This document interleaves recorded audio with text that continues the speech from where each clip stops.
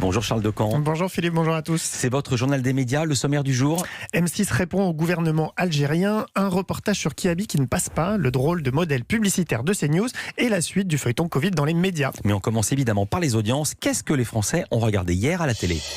C'est TF1 qui a pris la première position avec le retour de Good Doctor. La chaîne avait stoppé la diffusion au début de la saison 3 en novembre 2019. Hier, ils étaient 3,8 millions à retrouver les héros de la série médicale, soit 18,2% du public.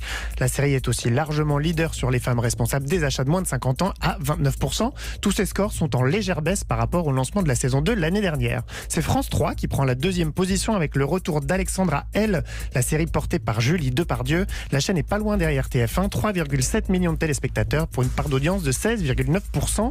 C'est France 2 qui prend la troisième position avec le jeu Tout le monde joue avec la cuisine de Nagui, 1,8 million de téléspectateurs pour 9,5% de part d'audience. C'est un faible score mais qui suffit quand même à devancer M6.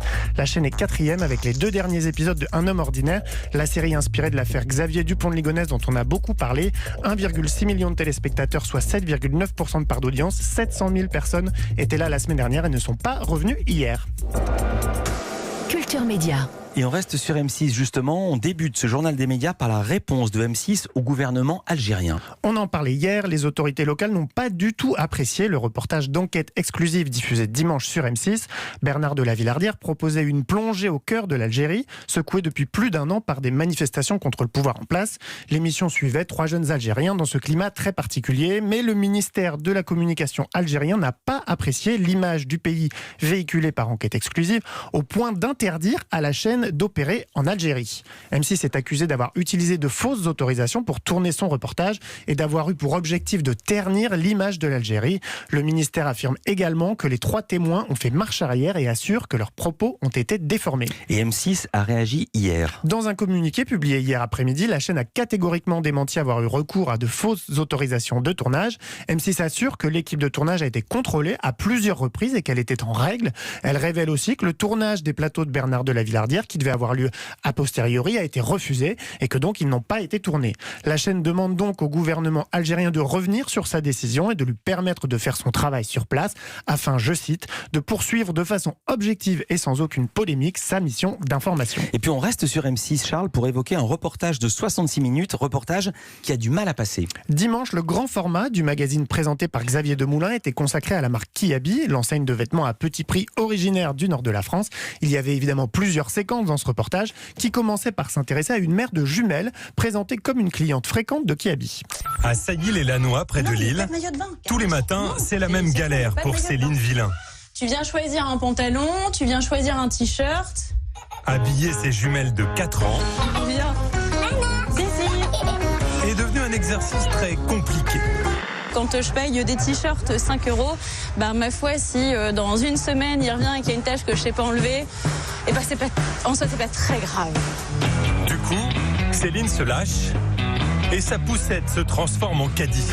La facture grimpe à plus de 300 €. Mais grâce à sa carte de fidélité, Céline va faire une belle économie. Voilà, je suis hyper surprise de me dire j'arrive à avoir autant de choses pour les filles dans un budget qui reste hyper maîtrisé. À l'issue de ces courses, la voix off fait même le calcul. 43 articles pour 272 €, soit une moyenne de 6,32 € par vêtement. Magnifique, ça ressemble un peu à une pub. Et le problème, c'est qu'on pourrait penser que c'en est une. Sur Twitter, un internaute a révélé que la cliente en question était la directrice d'une agence de communication qui travaille, vous l'avez deviné, pour Kiabi. Le site Arrêt sur Image a mené l'enquête. Il révèle que c'est bien le cas. Il a également joint la principale intéressée. Elle confirme que son agence travaille bien pour Kiabi, mais elle ne comprend pas trop la polémique. Voilà ce qu'elle a expliqué à Arrêt sur Image, je cite: une amie qui travaille à Kiabi m'a dit que la famille prévue pour le tournage s'était désistée. Comme elle sait que je suis une grosse cliente, elle m'a proposé de la remplacer. Elle cherchait une mère de famille avec plusieurs enfants, cliente récurrente de Kiabi, qui allait y faire ses courses de rentrée. Je correspondais à tous les critères. Et du côté de M6, comment on explique cela ? Alors Arrêt sur Image a évidemment joint la production du magazine, qui a renvoyé le site vers la société de production qui a tourné le reportage. Je cite: nous avons vérifié avec sa carte de fidélité qu'elle était bien une cliente cliente très régulière.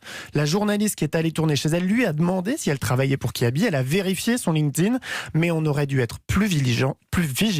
On s'est fait avoir comme des bleus. Moins de pubs pour plus de revenus publicitaires, serait-ce le nouveau modèle de CNews? Ce matin, Le Figaro consacre un article à la chaîne Info en continu, dont les débats très musclés font de plus en plus parler et de plus en plus recettes. Les audiences de la chaîne sont en hausse, portées par les émissions d'Éric Zemmour et Pascal Praud notamment, mais le volume de publicité a drastiquement baissé, surtout en début de soirée. Selon Le Quotidien, il y a eu 40% de pubs en moins entre le 1er et le 13 septembre que l'année dernière à la même période, et entre 18h et 21h, la quantité de pubs est passée de plus d'une demi-heure l'an dernier à seulement 7 minutes cette année. Sur ce carrefour stratégique où CNews est leader des chaînes info, on retrouve les émissions de Laurence Ferrari, Éric Zemmour et Pascal Praud. Et comment on explique cette dégringolade? Ça dépend à qui vous posez la question. Du côté de CNews, on assure que c'est 100% volontaire. Voilà comment la chaîne explique ça au Figaro. Je cite: au moment où nous sommes très regardés, nous essayons de créer un réflexe CNews. Si nous voulons renforcer la fidélité des téléspectateurs, il faut limiter les coupures. Mais si vous demandez à un expert du secteur, il vous répondra tout autre chose. Certes, les débats de CNews font de l'audience, mais ils font aussi fuir les annonceurs. Les marques ne souhaitent pas être associées à ces émissions et donc mécaniquement, il y a moins de pubs. Et donc s'il y a moins de pubs, les recettes publicitaires s'effondrent? Si on en croit CNews, pas du tout, au contraire. Selon une agence média interrogée par Le Figaro, les recettes brutes de la chaîne Info ont augmenté de 25% sur un an et ils ont doublé sur 2 ans. De son côté, la chaîne souligne aussi que ses audiences progressent sur les CSP+, les catégories socio-professionnelles supérieures. Je vous ai coupé voilà. Et je vous ai devancé. Et qu'elle peut donc vendre ses spots plus chers, moins de pubs pour plus de revenus. Voilà qui devrait conforter la chaîne dans sa stratégie éditoriale, vivement critiquée. Tout à fait autre chose, Supergirl qui se prépare à son dernier vol. Complètement autre chose. Les séries de super-héros ont toujours la cote aux États-Unis, mais l'une d'elles s'apprête à tirer sa révérence. On l'a appris hier soir, Supergirl ne volera plus en 2022.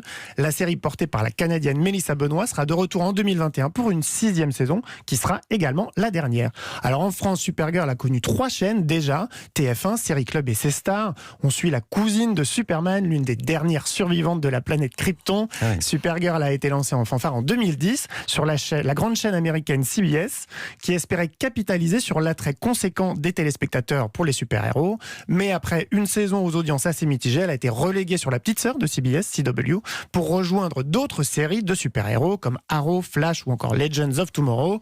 Supergirl est la 2e série de super-héros de la chaîne à tirer sa révérence, un an après la 8e et dernière saison de Arrow. Et puis on reste aux États-Unis pour un nouvel épisode de notre grand feuilleton Covid. Voilà, ces derniers jours, on a surtout parlé de la France, mais le coronavirus n'a évidemment pas frappé que chez nous. On a appris cette nuit que la pandémie allait avoir un impact non négligeable sur la série 911 Lone Star.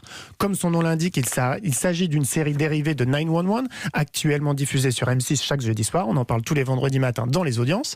911 Lone Star a été lancé début 2020 sur la chaîne américaine Fox, et en France, M6 n'a pas tardé à en acheter les droits, donc on la verra sans doute l'année prochaine. Au générique de la saison 1, on retrouve notamment Rob Lowe, qu'on a vu dans Brothers and Sisters et à la Maison Blanche, mais aussi Liv Tyler. Liv Tyler, c'est l'actrice du Seigneur des Anneaux. Oui, ou encore de l'incroyable Hulk, et plus récemment Ad Astra avec Brad Pitt. C'est un grand nom pour la série, qui va malheureusement devoir s'en passer pour la saison 2. La comédienne qui habite Londres et qui faisait des allers-retours entre Los Angeles et Londres pour tourner 911 Lone Star a décidé de ne pas rempiler pour cette 2e saison. En cause, le Covid-19, qui complique les déplacements de la comédienne, mais aussi le risque de contamination accru à force de traverser régulièrement l'Atlantique. Du côté des producteurs, on assure que le rôle ne sera pas recasté et que la porte restera ouverte si l'actrice souhaite un jour faire son retour dans la série. Merci beaucoup Charles Decamp, à demain pour un nouveau journal des médias.